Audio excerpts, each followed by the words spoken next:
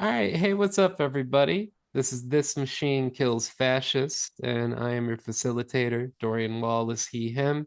And today we're chatting with the amazing Anthony Vernon, philosophy professor and thinker on approaching fascism. And yeah, Anthony, you said you wanted to mention something Yeah, to start us off today. I think last time we didn't really speak to labor relations too much, and that's kind of been a big thing. And I want to kind of start off with I was volunteering at a food kitchen, and one of the other volunteers there, mind you, this is a person at a food kitchen, right? So they mean well, right? They weren't there for a criminal reason. They were there for even if they were, who cares, right? Point being, right? They're volunteering, right? And this was someone who volunteered out of the goodness of their heart. We started talking though, and she is Cuban in background, like myself, and she's talking about how, yeah, if you're an Amazon worker like myself, you shouldn't make $15 an hour. Like you shouldn't, like that's not something you should do. Like, Amazon workers shouldn't get paid that much. And I'm like, well, wait a sec, but that's a living wage, if not less than a living wage in South Florida. And she's like, oh, what do you want? Do you want doctors and Amazon workers to make the same amount? Obviously, that's not my stance as a social democrat. But one of the things that you can see in certain places in regards to like mutual relations between labor is how one of the things that fascism does very well is it pins labor against labor. This isn't unique to fascism, but fascism will hyperdrive this expression, right? Will pin workers on the basis of their sexual orientation. Look at all the anti-DEI stuff from Trump. We'll pin immigrant workers against non-immigrant workers, and we'll just like pin, sort of class against class, right? Like, oh, doctors inherently deserve this, workers don't. And it is an interesting thing to see the relationship between capitalism and fascism because as a social democrat, I'm not inherently anti-capitalist, but it's interesting to see what sort of drives and tendencies that fascism pushes of capitalism versus the drives and tendencies that are pushed by like a social democratic framework. Wow.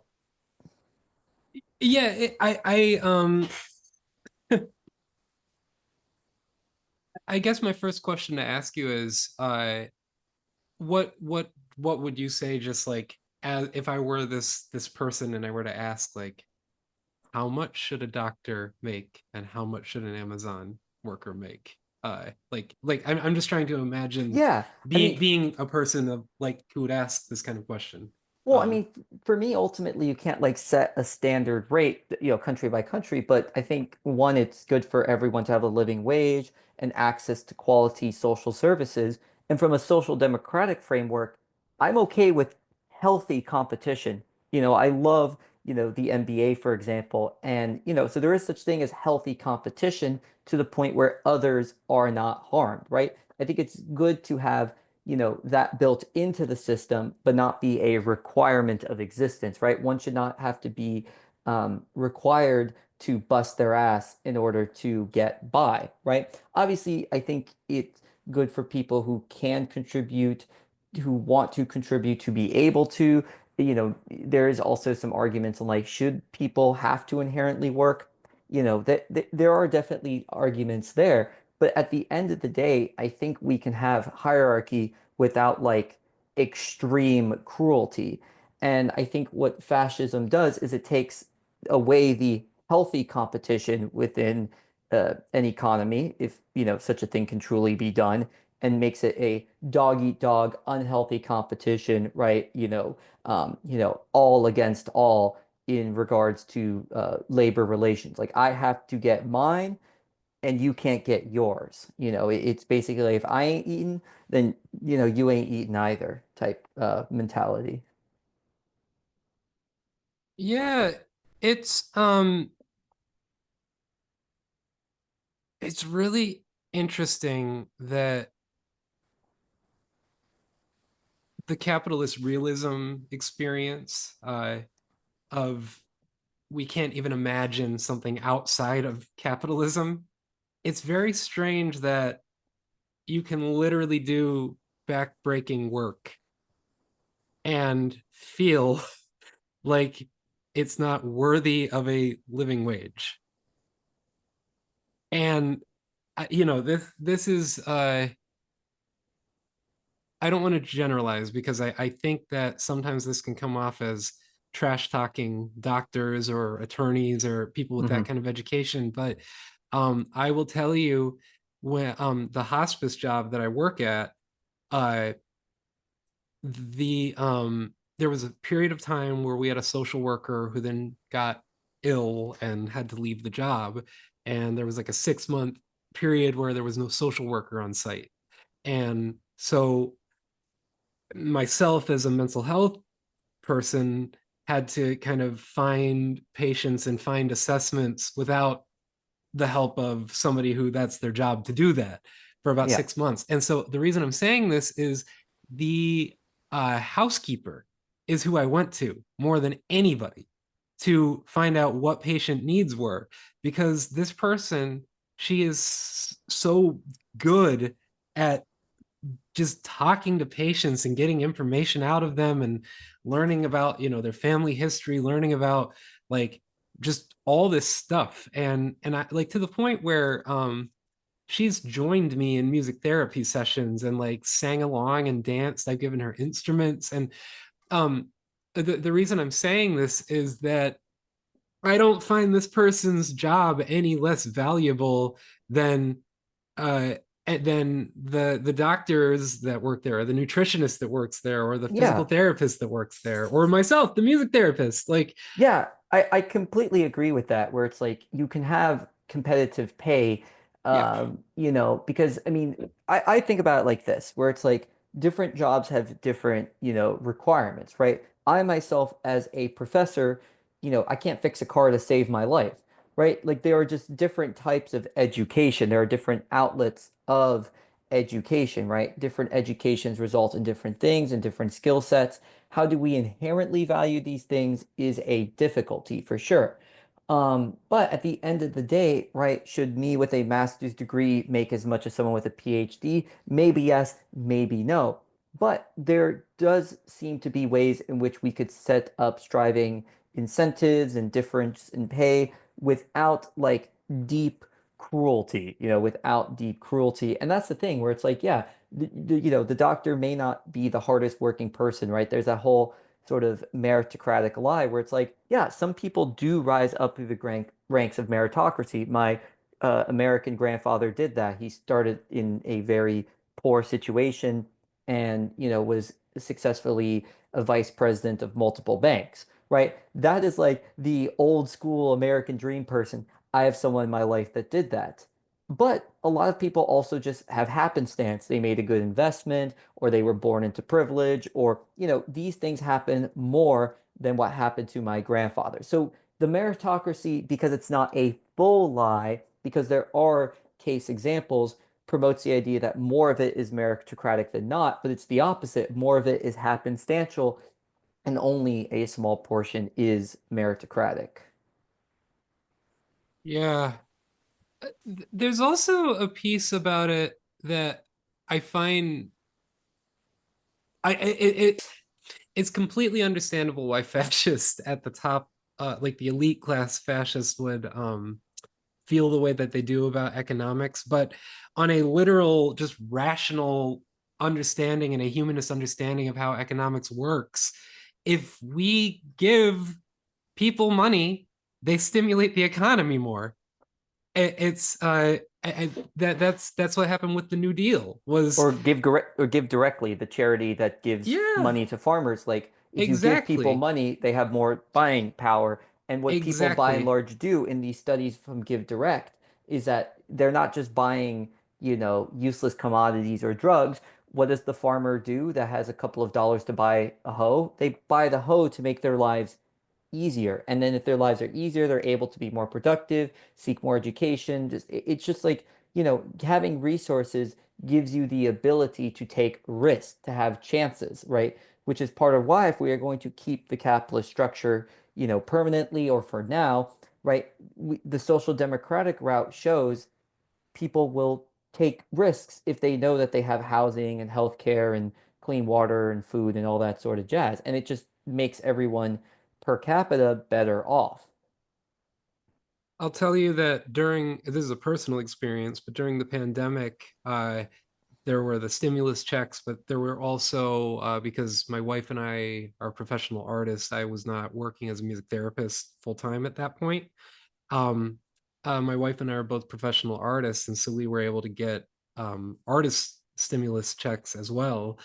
And that was actually some of the happiest times of our life in our like home. Not in the world, and obviously I'm saying that like very cautiously because I know it was Yeah, a of horror course. story for some people, um but we invested in things. Like I literally invested in what is my Substack now, due to that. We were able to just like actually focus on like our home and like our kid, and um we bought things that we needed for either our like economic standing, or like we bought tools and resources that helped us become more stable. It Yeah. And it, in it was. contrast, you'll have a guy like Matt Walsh say, oh, we need to imprison all the homeless slash unhoused people, right? Because, all homeless people are inherently drug addicts. Meanwhile, Master Matt Walsh, who's not listening, most likely, Yes. I give a lecture on homeless slash unhoused issues. That's part of, the series of lectures I give for my introductory classes, both of them. Um, intro and to philosophy and intro to ethics. And in doing that, right, I've had multiple students write down that they were homeless for a period of time, right? There is not this association with, college students and homelessness, but every time I've given this lecture so far, someone has said that they were homeless during that semester. Multiple people, even this semester, or others said that, hey, I had a friend who was homeless, right? Like, or I had a family member who became homeless. And so the image of homelessness as just a bunch of people like shooting fentanyl into themselves under a bridge, yeah, it exists for a reason because it is unfortunately there. But the vast majority of homelessness in the country is a result of individuals who did not have a social safety net. And as a result, they fell on hard times so hard that they landed on the streets. And yeah, a lot of people are able to use the limited resources in the United States to work themselves out of, homelessness. I can only imagine the detriment of places where this situation is even worse. But what does the fascist do? It goes, oh, well, you're not part of the nation because you're homeless. We have these lovely prisons for you, as most strongly expressed by someone like Matt Walsh. Because if you are not participating into the energies of the nation, into the state, then you are not worthy of the state. You're not worthy of the nation. As Kyle Kalinske words quite well, it is literally criminalizing being poor. Yes. Yes, there's a buddy of mine. I'm not going to state his name for the moment, just because I don't want to speak on behalf of him, but a buddy of mine who should probably come on the show sometime. We were in the military together, but he worked for an organization. He's a Christian. I'm not religious myself, but the organization is called Relief Bus, and they have a bus that goes into various places like Harlem, Elizabeth, New Jersey, I think Newark, New Jersey, where the mayor was just arrested a few days ago. Speaking of fascism, Yes. anyways, this organization, they go to these places and they have free vegetable chili, they have medical resources, they have just resources on how to get people into spacing, they have education opportunities, like all of these just sorts of things. And um anyways, on a personal note, when I went to go observe one time, when they were in Harlem, a gentleman came up who was struggling with crack addiction and talked to my friend just about it, was opening up and everything. And at this point in my life personally, I was very critical of religion. And this uh man struggling with crack addiction, my friend who and is a Christian organization asked if he wanted to pray, asked if I was comfortable like joining the prayer. I said yes. And that was actually one of the first kind of softening moments of like, okay, no, there's value in this like action. And it, I've adapted and changed. But the other piece that I wanted to mention, the reason I'm bringing this gentleman up, or my friend up, is he brought up a concept, and he's not a mental health professional, so don't treat this as diagnosis, but he is somebody who works in the streets and sees people firsthand. But one of the concepts that they talk about in his workspace is people who develop schizophrenia or schizoid type personality experiences like paranoia, hearing voices. My friend explained it. He's like, well, when you become homeless, when you become houseless, you lose access to hygiene. So you start to smell bad. People start to distance themselves from you because you smell bad. And you need to talk to somebody, and no one will talk to you. So you start to talk to yourself, and you can become so isolated that it's like isolation. It's literally Yeah. it's you become Well, isolated even and if we you're don't around humans. Yeah, and we don't have access to a lot of public showers or public baths in the United States, let alone sinks that you can use for a long period of time without like a security guard coming in and going, "Hey, what are you doing with a toothbrush in a public restroom?" And so, there is that sort of issue where you create a system that does not grant access to just even basic things like that. Like, what would be inherently wrong with a public shower as long as you can maintain? I mean, it really isn't a good argument in my mind. Oh, Mhm. what if it gets damaged? Anything can get damaged. Anything can get vandalized, right? Like, I speak to myself Street signs. as a punk teenager in like suburban America. Like, I would go and stink bomb houses, right? I'm not, so it's, right? Like, it's vandalism is not like a unique phenomenon to like, to any particular group or individual necessarily. And on the religious point, one of the things, and I say this as an agnostic myself, but Mhm. if you read the Bible, right, the overwhelming message of Christ, aside from following him and faith, is to give to the poor in spirit, the poor in resources, just to give to the poor. And it's been crazy the way in which American fascism has adopted Christianity as almost like an empty, vague signifier, as opposed to actually taking the message of Christ. And I say this as someone who teaches at a Catholic university. When I talk about, um, you know, the Bible and the gospel, I think again, I'm not perfect. I'm not a biblical scholar. I'm a philosopher, but, there's enough clear evidence in there to go, how the prosperity gospel has emerged and how that has messed with labor relations. I mean, it's through the work of Mhm. Billy Graham post New Deal and in the midst of the rise of the Great Society, that while Billy Graham wasn't successful at pushing back against the Great Society, the uh, students and believers of Billy Graham, used vague, abstract Christian messaging and the prosperity gospel to push against the New Deal, to push against the Great Society and worsen labor relations in the United States. Yeah, I mean, there was also just the fear mongering of the atheist state, the USSR, that atheism or no religion equals Marxist-Leninism.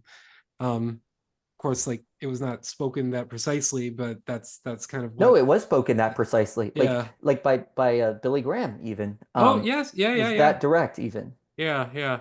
What I mean is is they often said the word communism as opposed to Marxist Leninism. Oh, right. Yeah, yeah, But yeah, yeah. and it's that sort of thing though, where again, I think I know. one of the things fascists will do is use any tool towards their ends. So does a fascist state have to Mhm. necessarily be capitalistic? No, but it's one of those things in the same way that like every instantiation of fascism has been capitalistic. Every instantiation of fascism has had a figurehead, be it Trujillo, be it Batista, be it Franco, be it Hitler, be it Mussolini, right? So, because ultimately fascism, at least, is hyper nationalism. But it just so happens that certain expressions of capitalism have been useful for hypernationalism, and those are the, competitive ends of capitalism that like taking, the competitive nature of capitalism as a useful tool to assert one's nation, which, as Mussolini writes, is not necessarily the majority, right? It can be used as a tool to distinguish members of the nation. It can be used as a tool of economic warfare. It can be used as a tool of international competition. You know, one of the just connecting pieces to Mussolini era fascism and contemporary fascism, on fascism doesn't even have to be the majority.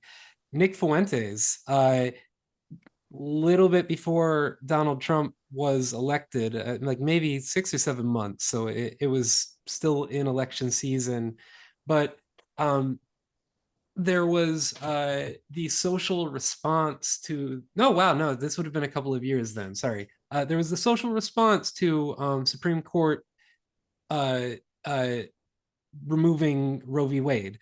Uh, and I don't know if I'm using the right words, but um, Nick Fuentes was speaking about how this is evidence that he was like, our view at the far right, our view on abortion is an unpopular opinion. We need to force this on people. And he stated very bluntly, I believe it's all the same video, but he stated very bluntly that he's like, we want Donald Trump to be a dictator. We want him to have total power. Uh, and it's just I mean, literally could have been directly out of Mussolini's mouth or a supporter of Mussolini's Yeah. mouth. And in terms of that power, right? Like capitalism, what it's good for, it's very good at making a lot of money, right? It's really good at producing a lot of resources. Yes, we could talk about, its overproduction, overconsumption, right? It's without regulation and its laissez-faire tendencies, it's not going to distribute those resources. But again, that's useful if you make it a laissez-faire capitalism because you can, you know, push those resources towards the energies of the state, quote unquote, the interests of the state, be it the military, be it the oligarchs within the fascist ranks, right? Like you can, gather a lot of resources from the state to push the interests of the quote unquote state. And so, um, whereas communism has to be, distributed by nature, social democracy has to be, right? When you have distribution, not as much energies, not as much money or resources are going to the state. Now, whether fascists are actually good economically at acquiring those things, I mean, it depends on the regime, right? Like, unfortunately, Nazi Germany, early Italy, did make better economic strides, not for the people, but in regards of GDP. Whereas like, Trujillo was a mess. So, it very much depends. But yeah, this is one of the reasons why it's like, oh, we'll use labor and we'll expend labor, and labor can be expended for the state.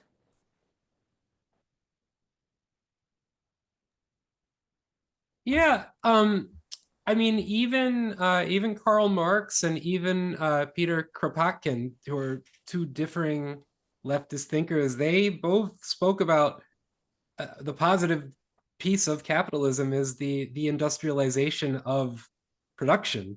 You can mass produce things. That was a major innovation in capitalism, and that's coming from Marx and Kropotkin. They both have said that. Um, it does not mean, and that this is where capitalism and fascism really do blend well together, but does not mean that we are now, it's a static thing. We are now capitalist, and that is just what we're supposed to be because some nature thing. Like I have literally my I've got family members who are right-wing libertarians. Not successful economically themselves. They're actually way more on the poverty side of things, but they have these libertarian views, like these anarcho-capitalist or Ayn Randian objectivist worldviews. And I have literally heard arguments about how capitalism is just an inherent piece of the natural order of things, just like gravity. it's it's just very like I literally was raised that way, Yeah. and and it just it's such a strange thing to realize that it that people are literally Yeah. taught that. Well, I think to mention Kropotkin, in Yeah. my I give a lecture on animal ethics, and Kropotkin has this paragraph about how even animals go about mutual aid, and so if you observe nature, right, mutual aid is just as quote unquote natural as is competition, right? It's not as static as we give everyone, we have competition, right? When you look at nature, right? Both of these things are natural.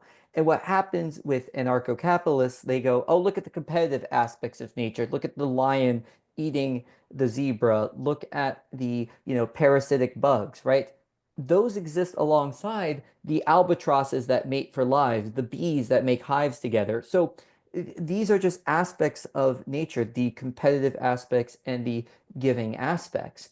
And yes, while I have my personal biases towards, fusing the two together through social democracy, one thing we can certainly look at globally is that, like, hey, we're not doing enough of the mutual aid stuff. I don't, no matter where you stand on this spectrum. Yeah. And I mean, just on the argument too about the way the anarcho-capitalists observe nature, um, they don't take into account that, like, for instance, a lion and an antelope, the lions don't massacre all the antelopes and force the living ones into slavery. Like it's they get the weakest one and they eat that one for a period of time. And I mean, even they don't take into account that you can look at watering holes and predator and prey. If the predator is not hungry and not hunting, they will drink at the same watering hole at the same time. And so there's so Yeah. many aspects that are not taken into account. Well, I mean, there is the Nietzschean argument that Nietzsche says that if animals were in our position, they would act the exact same way, right? Like if cats were the dominant species in the world, like they would do the same shit that we do, right? Like we are making this observation out of the position of being the dominant species in the world.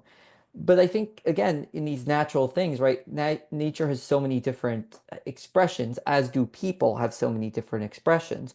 And one of the things that fascists do, they reduce all of existence towards the nation, and like you work for the nation, like you want to be the best possible worker to make your country proud, to be a contributing member of your society. And again, this isn't only done by fascists, but what do fascists do? They take these sorts of rhetorics and turn them up to, 100.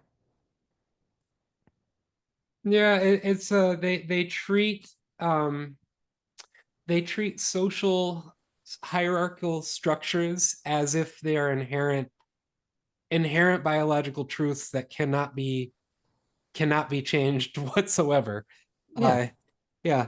I Yeah. mean, oh, go ahead. Oh, no, I mean, I'm with you on that. And I think at the end of the day, right, the top ordering of society is something that may or may not be useful, may or may not be oppressive. But, at the end of the day, it's certainly not something that's in nature inherently. Because how do you rank order the gazelle below the lion just because it happens to be eaten by the lion? Like, what is, like, these inherencies are bizarre. But when you create these inherencies, you create these abstractions, people will bound themselves to that abstraction if it's convincing, right? Which is why you can have someone like Nick Fuentes bound to a bunch of, abstractions that he's like, we need to convince people of these abstractions, of these ideas, to Mhm. be in support of a dictatorship, to be in support of, giving into anti-immigration sentiments are huge from Nick Fuentes. So, but Mhm. again, right, there's no inherent borders, there's no inherent, sort of hierarchical structure, right? Labor is an option, right? The ways labor is expressed are optional, right? There are so many ways to go about living in the world, and fascism goes, nope, this is your box. This is your range of existence. Mhm. Mhm. There's I think it's Noam Chomsky, and I'm gonna be paraphrasing the quote, but the concept I like. Uh one of the things that's challenging about studying human beings is it's like we're studying a pack of gorillas, except we're the gorillas studying ourselves. And uh, and it might be Chomsky, and I might be changing the animal, but it but the but I like that concept because there are things that one of my favorite things in therapy school was when we were learning couples counseling, where we would watch real videos of counseling sessions where arguments took place, and we would we would have our group discussion about what we witnessed, and then we would hear the version from the husband and the version from the wife, and it would the amount of blame the other person would put on the opposing side would be like 80-90% almost, whereas as the observer it would often feel more 55-45 or 52-48. Like it really would feel like, well, yes, this person did say this, but this person also insulted this person like prior to that, and it didn't make it easier at first in my own relationship, but but it did eventually start to help to realize where um when we observe other people's actions, starting to understand that we ourselves are doing those actions, and we have our blind spots. And I think fascism is it's very effective at utilizing those blind spots Yes. as a way to navigate people. uh Yes. Yeah. It's America is great, but there's these Democrats, these immigrants, these trans people in the way of America's true greatness, right? It is great, but there's these ungreat elements, and maybe we could get them out of here, right? And again, there are, individuals who do call for this stuff in these circles. Are they the majority voice? I don't know, but they're getting louder, right? And they're successful with, immigration so far. I believe it was the other day in my own area alone, ICE put out that they had arrested 1,000 people throughout South Florida, detained in South Florida alone. And, you know, again, I think the issue at hand here is that sort of, being like, oh, well, we're not at fault. The nation is always right. And because we're always right, we can set how things are. Like nothing is my fault. Like I'm 95% not to blame. But the 5% is those immigrants, is those Democrats, is those yeah things which actually aren't doing anything, but they use as an excuse to to go after, to say like, oh, I'm not at fault, these forces are at fault.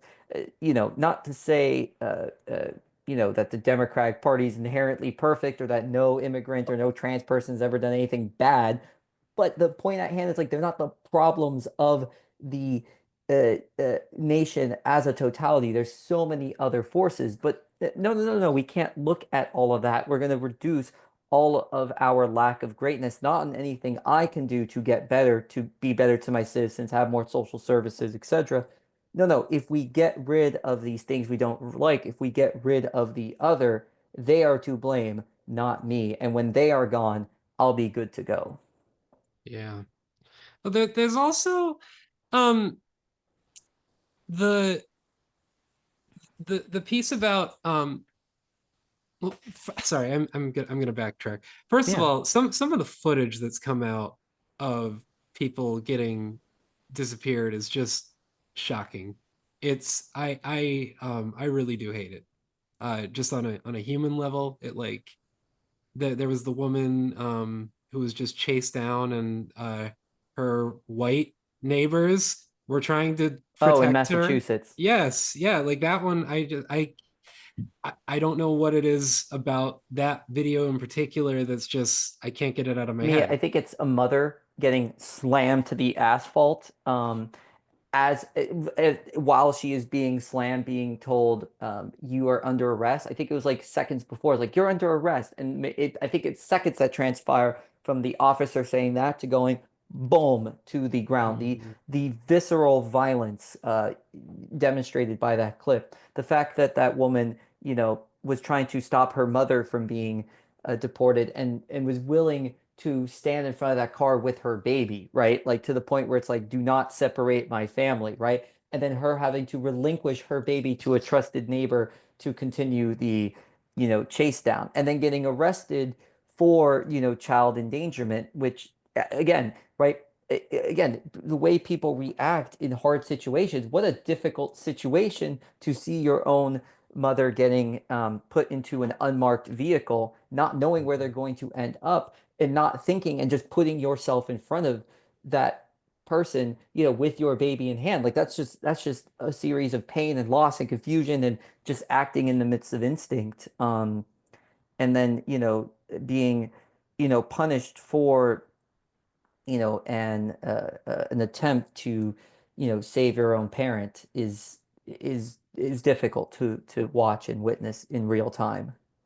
Yeah, and the fact that the propaganda we can really identify the pattern on how they're doing it. It's all undocumented immigrants are criminal or gang, criminal in some way or gang affiliated specifically. And then also gangs are terrorist groups. And so Hmm. we're actually deporting terrorists. And the thing that is so the reason why this argument needs to fall apart, the people need to see this, is think of any event that we consider a terrorist attack on our soil and how those arrests go. When like the Boston bombers, for instance, they had a full shootout with pipe bombs being thrown. Um, and that was after they murdered a police officer from behind in a car. This is days after the bombing. Um, this is just them like getting to the next place that they're going to try to do this again.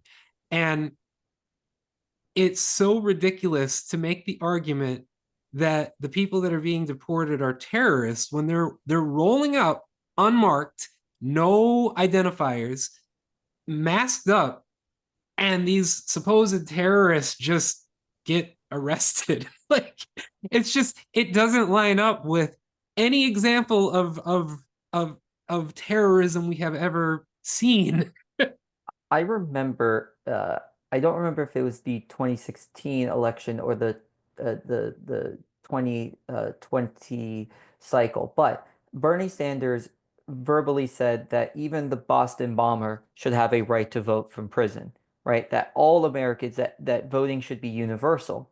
And I think that's what's being lost on here is that sort of like universality of rights, that like what makes us better than the gang member, the terrorist, right? Separating those two very clearly, right?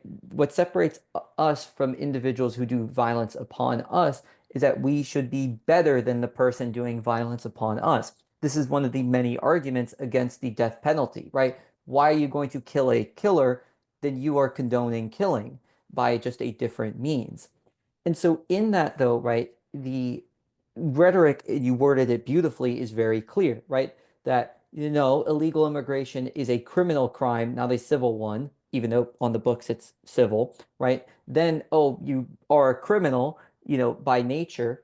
Um, And if you are a criminal by nature already, well, don't worry, you're also a gang member, and gangs are now terrorists.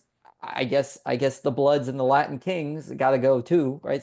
But that also could go that direction. Once you justify these things, you increase the number of people that could be put on the books, right? Like, someone will eventually make the argument, deport every Crip, deport every Blood, deport every, Latin King, and, then people could start being marked as being members of these types of gang organizations as an excuse, so it just opens up that possibility, not saying it's going to inherently happen.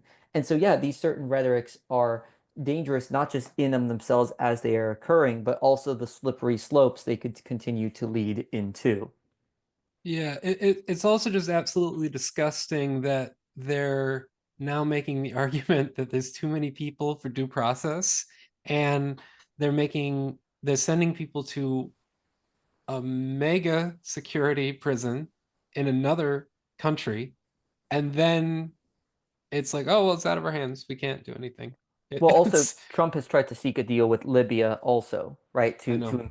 increase this sort of system because it's like I guess El Salvador doesn't have enough room anymore, like, for the proposed plans. And you also like setting a quota on people that need to be deported every day, like you know what I mean? That just is going to create, incidents where where you're not going after, people who are committing criminal offenses that are illegal, right? This is what the United States has always done.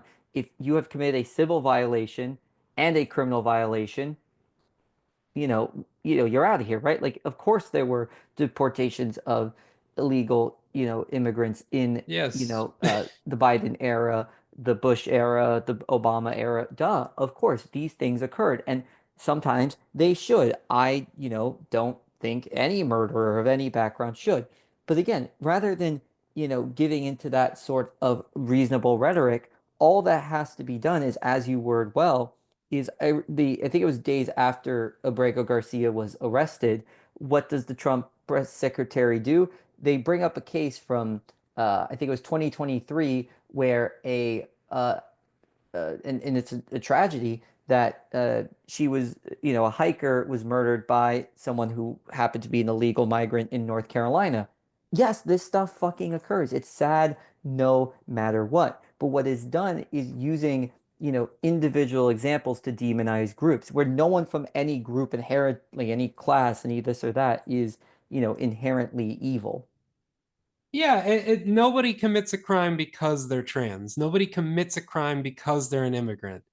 The crimes are committed oftentimes for situational reasons, sometimes dispositional reasons, very large systemic reasons.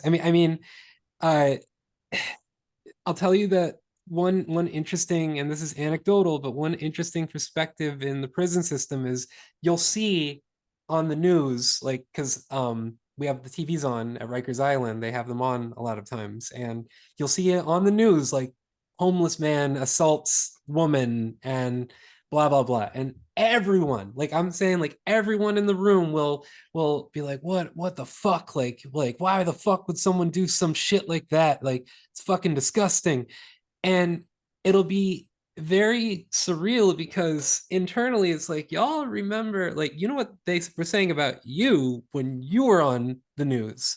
But then the other piece of it is, and this is anecdotal, but the person will come in and and yes, like what they may have done is overblown, or sometimes like downright just like, what the fuck did you do that for? But there's oftentimes they like, well, yeah, they spit on me, or they called me a slur, or like there's a detail that's missing from the report, and it doesn't justify the behavior. In fact, like, you don't condone the behavior, but it's not just something that happens out of nowhere. There are things that you can learn and observe that explain where and how it happened, and Yeah, it's which just doesn't necessarily justify them, but yes. explains causal stuff. And this also brings us back to the very start with Yeah. the Amazon worker, that's literally distributing food, also simultaneously talking about how like, her coworkers are overpaid, right? Like literally in the midst of like food distribution for struggling individuals, talking about how like, you know, certain, people, are paid too much on the Amazon floor, right? No critique of Jeff Bezos, right, making too much. And again, I think that's one of the things, again, a lot of rhetorics do this, right? It isn't just exclusive to fascism, but there's a lot of rhetorics of self-hatred that exist out there, right? I'm sure a Mhm. fascist reactionary person would go, yeah, just like how white people are taught to hate themselves. Again, right? We can agree to definitely factually disagree to the extent that that is happening. Not that it's never occurred, but like it's not in the public school system. I would know as someone that's been in public education. But the more common form of self-hate is like, oh, like you're right, I shouldn't make a living wage. Oh, that's right, like, like they're a criminal, like the hatred of like, of criminal behavior, inherently, right? Like a criminal is inherently a bad person, right? Like that individuals, like immigrants, aren't deserving of certain rights. That's what this comes down to. The fascist goes, hey, you're not deserving of these rights. The only thing you're deserving of is our graciousness if you contribute to the nation. There's there was a training I went to. It was on indigenous practices in mental health, and it was a very cool double presentation because the one gentleman was he was an indigenous healer from, oh my goodness, a group, one of the indigenous towns in Arizona, New Mexico area. But this person was an indigenous healer, but also a PhD psychotherapist, clinical psychologist, Oh yeah, and there's a lot of that in New Mexico because there's yeah, the Navajo Nation up north in yeah. Arizona and New Mexico, and then there's a psychoanalytic institution in Santa Fe. Okay, yeah. Yeah, so this gentleman basically was giving a presentation on two-eyed seeing, and it was very just interesting how it wasn't weighing one over the other, and it wasn't say it was in fact like implying that both of these methods need to be part of our work. And one of the concepts was we look at a person and we study and we observe, trying to help the person discover if they are struggling with trauma or if they're struggling with some kind of neurodiverse processing, or like we're working on those elements. But then there's also the how's the person feeling today? Like, how's their family life? Uh how's their just spiritual life right now? Are they religious? Are they not religious? Like, where are they in their journey? Are they comfortable with themselves? And it's a really good insight into sort of working with folks. But the one of the other lecturers, who was a psychotherapist who was studying under to learn indigenous practices, but she said uh, that her observation of our culture is that if people do not fit into capitalism, we incarcerate them, Yeah. or we try to incarcerate them. And when you understand incarceration as not just prisons and jails, but also probation, also psychiatric hospitals, also um, immigration detention centers, also youth detention centers. I think I said probation, parole. There are many ways in which incarceration is taking place, and that's where the numbers really come from. Because there's not literally 2 million people in prison right now. There are close to that, but there are many people who have gone into prison. They're out. They're on probation, Yeah, they're or part of they're the larger system yeah, of yeah. crime and punishment. Mm-hmm. And one Or of the like, things, oh, go oh, ahead. and just to very quickly, like one of the things, because I give a lecture, around Dostoevsky, Foucault, Angela Mm. Davis, and Ernst, around, crime, in various perspectives on Damn, crime and son. punishment. Yeah, it's a very mixed bag of Yeah, individuals. that's like I like Um, would really love to take that course. like, but it's one of those things where, I'll still have a lot of students respond like criminal equal bad. And it's like, but wait, no, look at all these unjust laws. That's also included. Like I talk about civil disobedience in that lecture where it's like, wait, no, but like look at these like lifetime imprisonment for the usage of marijuana, right? And so it's one of these things where it's like, yes, obviously there are certain crimes that are nearly universally agreeable as being, bad. I think like by and large, we don't want murder on the books, right? But again, is stealing a piece of bread the same as like Bernie Madoff's, Ponzi scheme, right? These are still stealing by definition. And so what ends up happening is these sorts of systems, as you point out, well, where there's not this focus on the day-to-day life or trauma-informed care or backgrounds or anything, there is steal, bad, take bad, and it's very much a caveman mentality. Not to call people stupid, it's just that like it is, appealing to those aspects of our brain that want things to be clear, simple, and simplified. There's a piece that I'm really interested in, just sort of psychoeducation on how we do think in dichotomous ways. Because I've caught just even when speaking, when either offering a criticism or um uh yeah, just even speaking about like something that needed to be done better, there's oftentimes a response of a like, well, don't worry about like it was great, and which I understand like pieces of that, but there is also there needs to be some constructive growth. Like I've been having on another podcast that y'all should check out. It's called Shadow Talks. Uh with a really cool dude named Lucius. But anyways, he's an African American gentleman, younger than me. Like we're I don't know how old, but it's starting to become more obvious that we are more than a decade apart. I need to stop making Wu-Tang Clan references, thinking it's anything cool. Like it's like, dude, shut the fuck up. Like, but to myself, this is my inner Yes. voice. But anyways, we have been having intense conversations about patriarchy and women, and uh because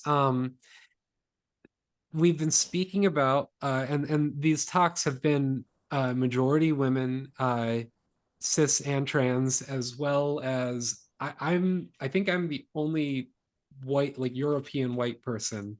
Um, and yeah, and anyways, these dialogues have been really interesting where we talk about like people like George Jackson, who wrote just some really cutting critique on fascist structures from the perspective of the person impacted the most from a fascist system, and like George Jackson, who helped me understand fascism in a fluid process. How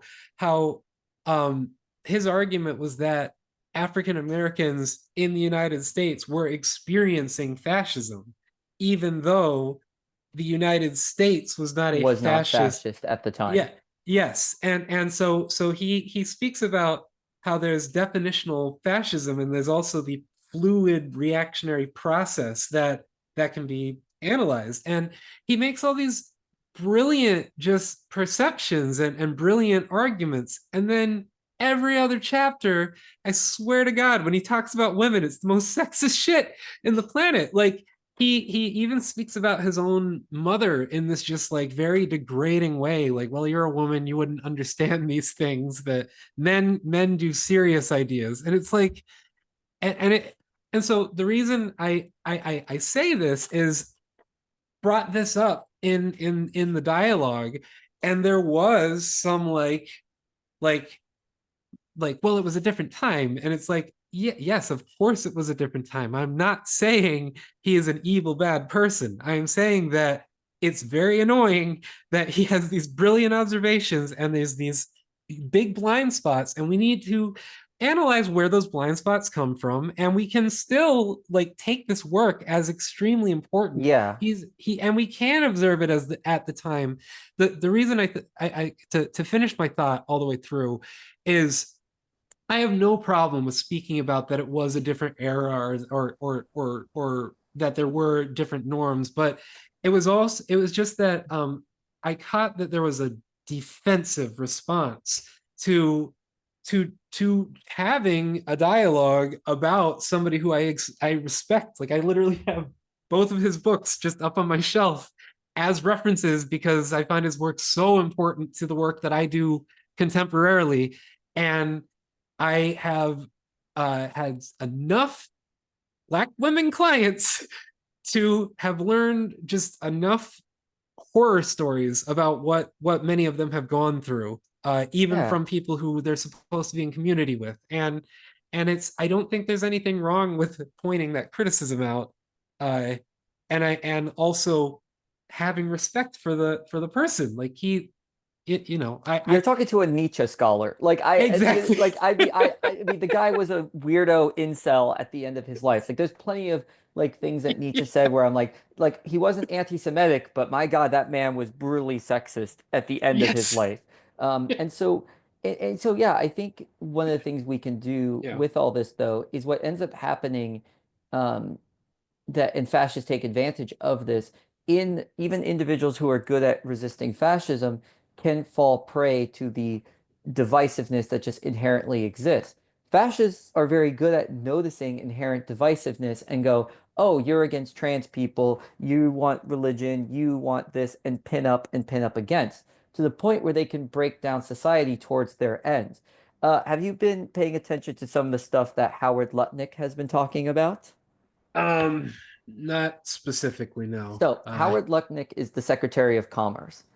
One statement that he has made is talking about how defunded doctors and defunded scientists can, put the little screws into iPhones, right? And so in these conversations of, and there's many important ones to be had, right? What ends up happening is that the scope of who gets put under the fascist boot expands outside of just, and not say just as a dismissive way, but expands outside of minoritized communities and just who is considered the minority, who is considered who needs to be used by the nation grows and grows. And so we don't want these experiences to expand or even exist in the first place. One of the things that's been an argument in Florida, I kid you not, in the midst of mass deportation, as mentioned earlier, is the discussion on if we should bring back child labor to a greater extent in the state of Florida, if we should allow high school students to work overtime, right? And in this, right, what ends up happening when you put all the energies towards the nation, right? Bodies just become bodies, be they black, white, Latino, etc. The fascist does not care. They use these points of divisiveness so we cannot fight against the fascists trying to use any and all bodies towards the nation's end. And I have not read George Jackson personally, but you read this in Frantz Fanon about how the divisiveness between various people in West Africa and, that the French, did their divide and conquer to get a certain group of people pushing on the French colonial project. Yeah, to summarize George Jackson, just real quick, imagine the intellect of Franz Fanon, but no education and like totally hood. Like it's like, Okay, yeah, I'll yeah, or no formal education, I that mean. is an intriguing hook to get me to read some George Jackson. Yeah. Well, that's the thing. It's the reason I've found his work so valuable is he wrote it while incarcerated, and he wrote it prior to him being killed in prison for a questionable accusation. It was like an escape attempt supposedly, but there's questions about it. Uh, because he was a radical thinker, and it was that era where there was just much more intentional harm being put towards black radicals. But anyways, yeah, it's the reason I find him so effective is he really explains the experience of being a victim of fascism in fascism, but also understanding that not every one of his comrades who are in the fight, in the struggle, are experiencing what he's experiencing. He just, or could experience what he's experiencing, yes. right? How like a lot of white women in the South will, Mm-hmm. fight for causes against some of their interests because they ultimately are trying to protect the white aspects of themselves over the other aspects of themselves, i.e., their womanhood, being the second sex in like Bouvarian terms, where it's like, Mm-hmm. and that's the difficulty here. And so when I mean, again, when you divide labor, right, it's unsurprising that like unionization has gone down in the United States, that like collective bargaining has gone down and down over cultural issues. This isn't that cultural issues should be dismissed as many like, centrist, right-wing Democrats are saying in the United States. Like, no, these cultural fights shouldn't be backed down from either. But, what fascists do is they like use these cultural, cutting points to get people against each other, right? Where it's like, and one of the most common examples of this is how a lot of men are like, hey, college is becoming a women-dominated space. And then now what is happening in response in part is to devalue college. The moment women and I are doing well in college and university, now let's just get the doctors, let's just get the scientists, let's just get the professors to work and screw in the iPhones. I mean, there was Laura Ingraham when the Doge cuts were first happening. She had a thing about stupid bureaucrats, like get a real job. And it's like, yeah, cancer research scientists, like get a real job. Like, yeah, Nuclear public scientists in yeah, Amarillo.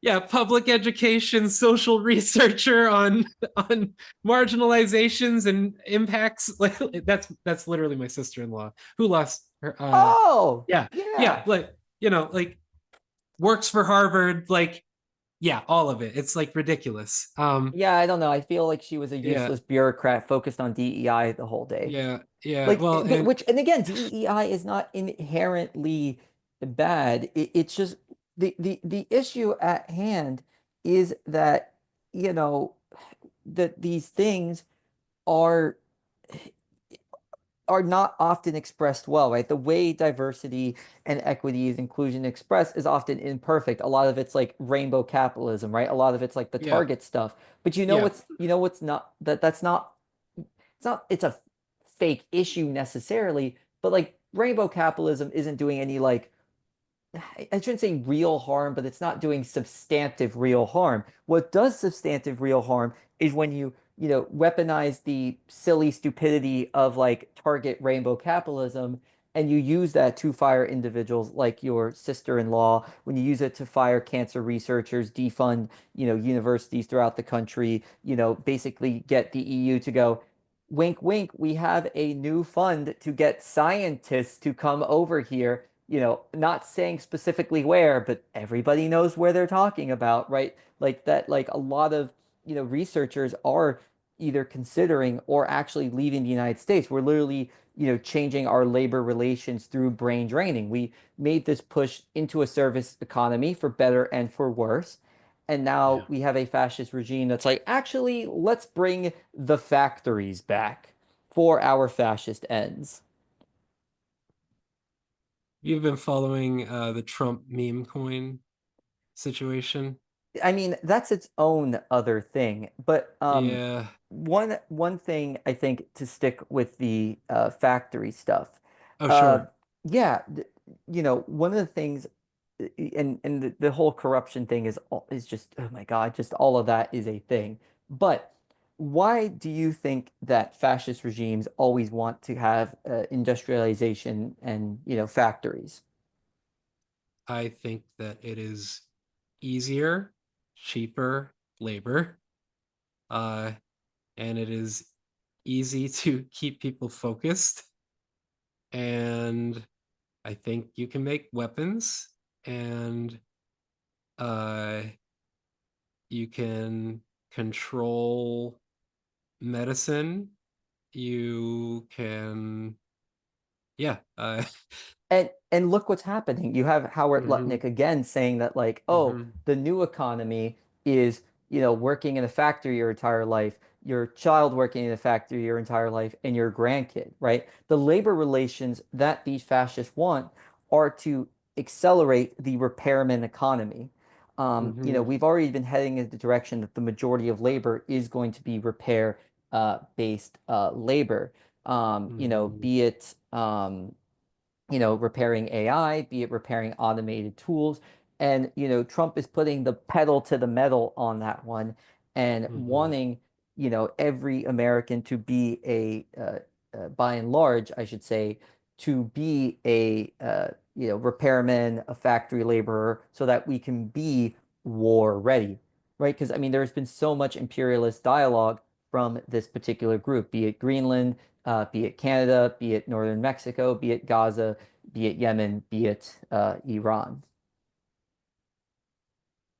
I mean, one of the key aspects of early fascism was total war or just war. Am I confusing the terms?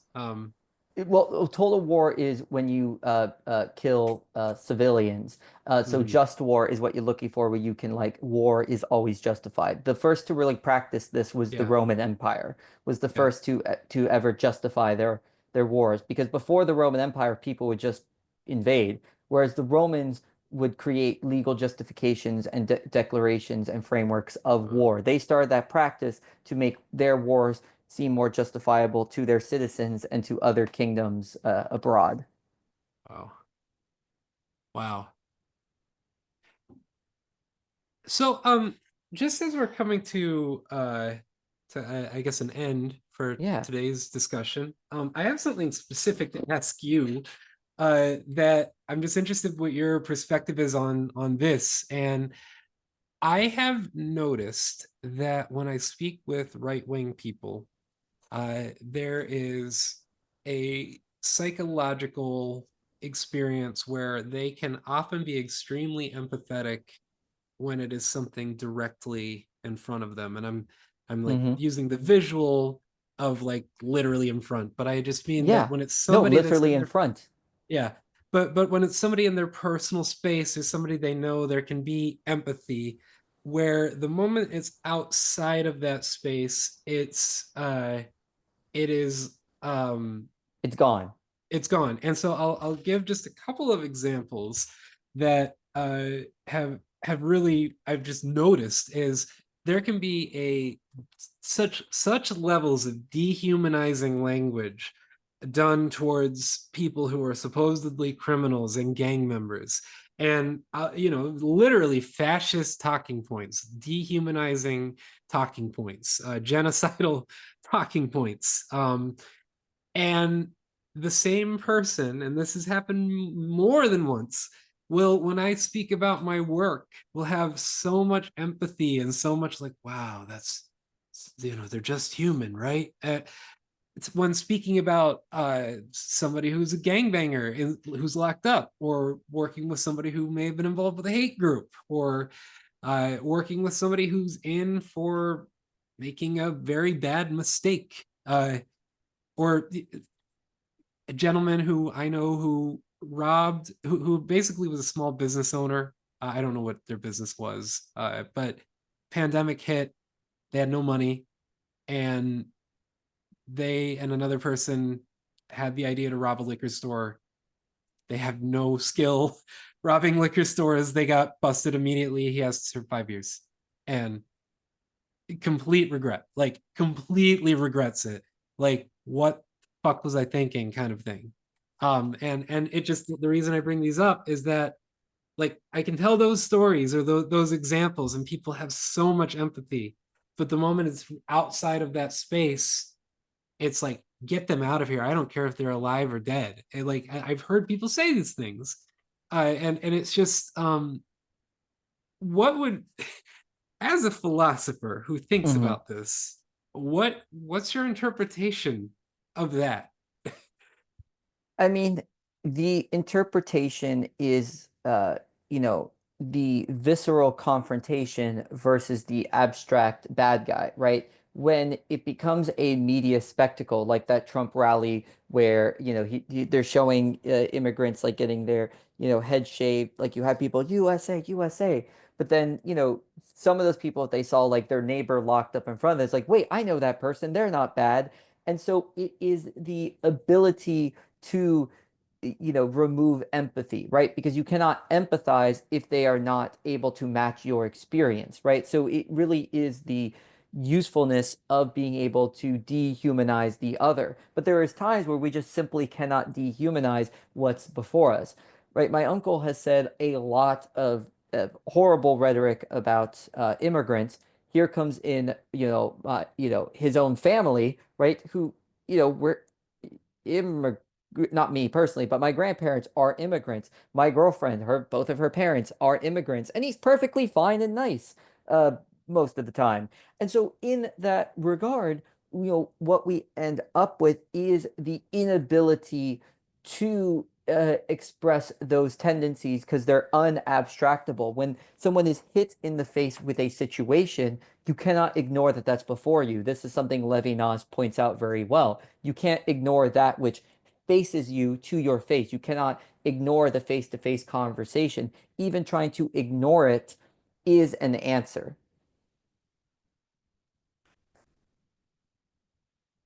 There's an interesting theory, like a psycho call it um psychotherapeutic theory on music and subjectivity and why people have responses uh to the same piece of violence in a song versus a film.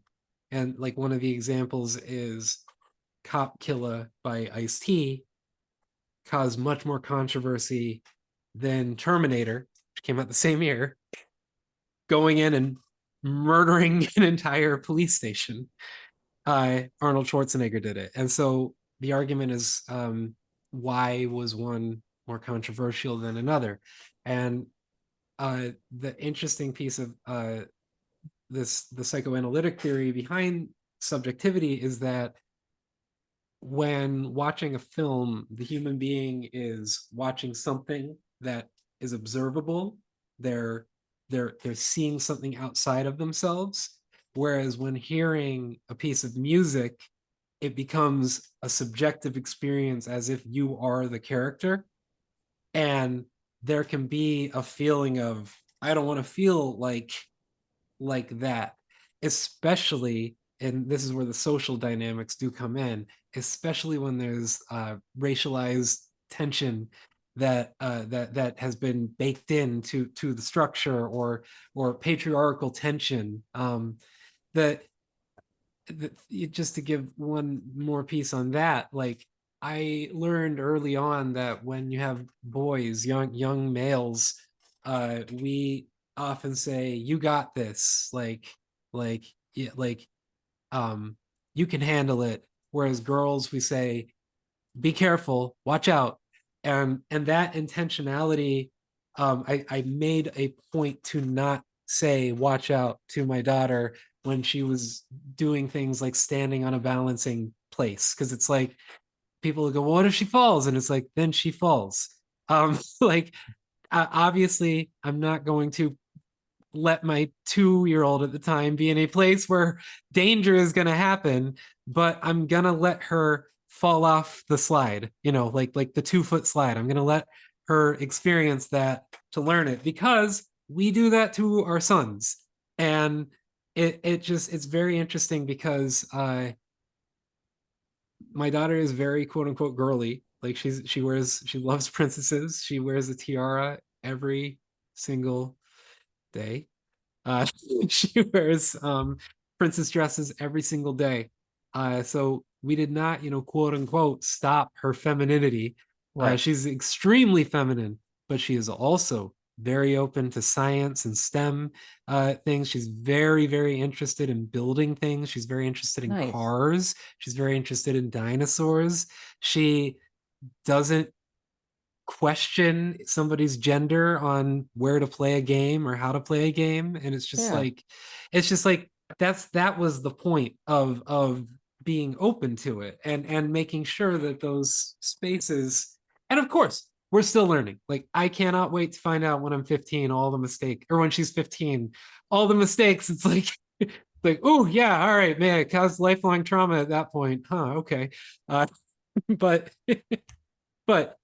but the point is that we didn't restrict and actually helped flourish some of the feminine pieces of her, as well as the masculine pieces of her. And Man, I could not end yeah, on a more beautiful note. I think that's yeah, what we should be doing as a society. Express all them beautiful notes. yeah. Yeah, I mean it really is ridiculous because both sets of grandparents have mentioned, you tried to stop this. Like as our daughter is like wearing like a flowery princess dress. And my wife and I, the response, it's always like we didn't try to stop anything. like like what are you talking about? We never had like a rule, no princess dresses. Like literally when she was born, we just dressed her in neutral colors. And when she started to pick colors, and like it was like, what color do you want? She would pick purple. We let her wear purple. We didn't say you're gonna wear purple. Like she chose that color. And we were like, yeah, great. Like that was Who cares? that was our controversial parenting, of us trying to stop Good her, Lord. apparently. Good Yeah, Lord. Applied behavioral analysis and personal choices for a child. How dare you?